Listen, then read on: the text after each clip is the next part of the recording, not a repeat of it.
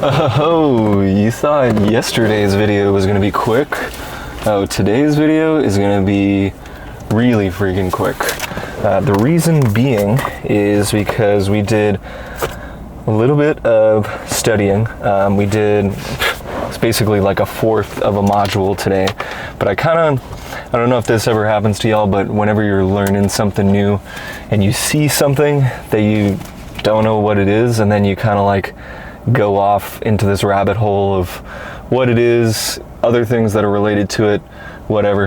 That kind of happened today. So during the J3U module learning, he brought up the term, actually, I'll get to that in a second. Let's just review what my notes are for today. So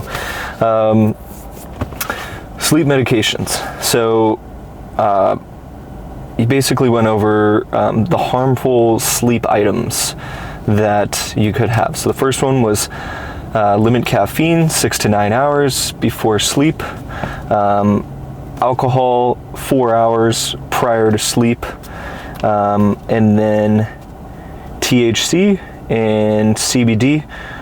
So there isn't a lot of research on this, but research that we have now suggests it may lead to increased sleep onset latency and slow wave sleep.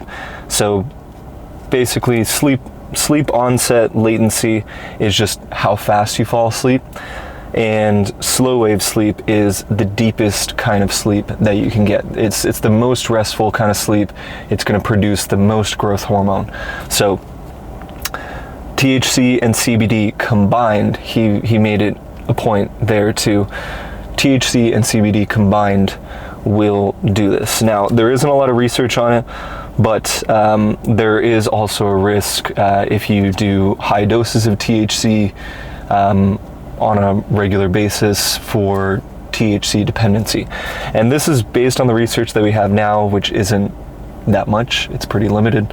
So can't really make any solid points there. But if you're trying to fall asleep faster and get deeper sleep, CBD and THC, maybe, whatever kind of utensil that you use, that'll work. But anyways, going on to anabolic steroids, aromatase inhibitors, and SERMs. So this can produce night sweats and estrogen, and then related to that, hypothalamus dysregulation and body temperature control. So I have to dive into this a little bit more. This is where I kind of went off on a little rabbit hole because I didn't know what SERMs meant. I thought he meant SARMs because I'm familiar with SARMs, but I had never heard of SERMs, in all honesty. So that's where I went off on this rabbit hole where we compared SERMs to SARMs. I don't know if you can see that. It's basically just like a T-chart side-by-side comparison. So let's get into this. So let's start with SARMs, because I feel like SARMs is a little more well-known, especially in the fitness industry. So SARM stands for Selective Androgen Receptor Modulators. So SARMs bind to androgen receptors. They have less systemic impact than traditional steroids. So if you're using Test or Mast, T-ball, whatever, like the real gear, like basically having Test as the base and then sprinkling whatever kind of goodies you want on top of that. SARMs is historically studied for muscle wasting conditions and osteoporosis. So I thought that was kind of interesting. So osteoporosis, basically like your bone is withering away, and then muscle wasting conditions, you're losing muscle. So that's how SARMs came about, to treat medical conditions like that, osteoporosis and muscle wasting conditions. SARMs are meant to build muscle and enhance performance. Now let's get into the side effects. So side effects of SARMs are, what is this? Oh, that's why it's not on comfort. My car has like a comfort setting, and if it's not on, then it's not producing air conditioning. So it was just like blowing warm air at me. Anyways, we don't have a lot of time. My lady's gonna be here soon, and we have a refeed meal to get in tonight, and the place closes pretty soon. So side effects of SARMs are they suppress natural test production, or they can. They elevate liver enzymes and alter cholesterol levels. So that's pretty much all that I got into. I have to do a little more research on the elevated liver enzymes and the long-term effects of that. And then I'm guessing, since they're listing this as a side effect, that if it alters cholesterol levels, that it probably alters cholesterol levels towards low-density lipoproteins, which, is, kind of labeled as the bad cholesterol, because it's not very nutrient dense. Now, let's move on to SERMs. So SERMs is the one that I wasn't familiar with. So SERMs, it stands for Selective Estrogen Receptor Modulators. So only difference is estrogen as opposed to androgen, like you would get with SARMs. So SERMs affect estrogen receptors. They are prescribed for breast cancer treatment and osteoporosis.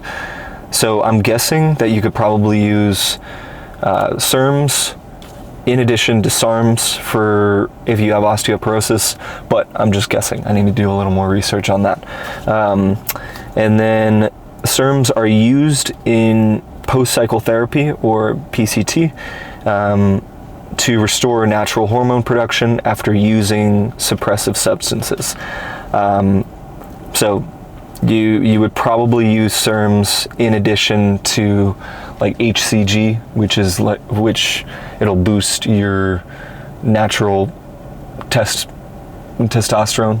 If you were using, why am I blanking on this? Like synthetic testosterone, like Test E or Test Sip, whatever.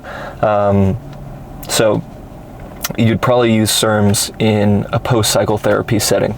Now, the side effects of SERMs is hot flashes, blood clots, or mood changes depending on the tissue selectivity. So that could be whether you're using it for bones or you're using it for, that's my lady,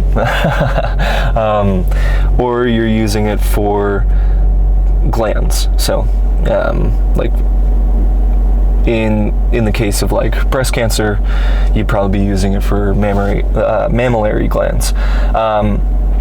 That is all that we have time for today. I'm sorry that it's so short, but tomorrow I do have a lot more time in my schedule. We got all the programming done for athletes today, and we got a lot of messages that we were just taking care of, making sure that everyone was good to go, being healthy as possible. But tomorrow we have a lot more time, so I'm going to dedicate almost like a learn-a-thon. We're going to go pretty long. I'm going to try to get as much of the certification training done as possible, and then we will learn a lot more. That's pretty much it. Don't have a lot of time, but I'll see y'all tomorrow. Thanks for being here today.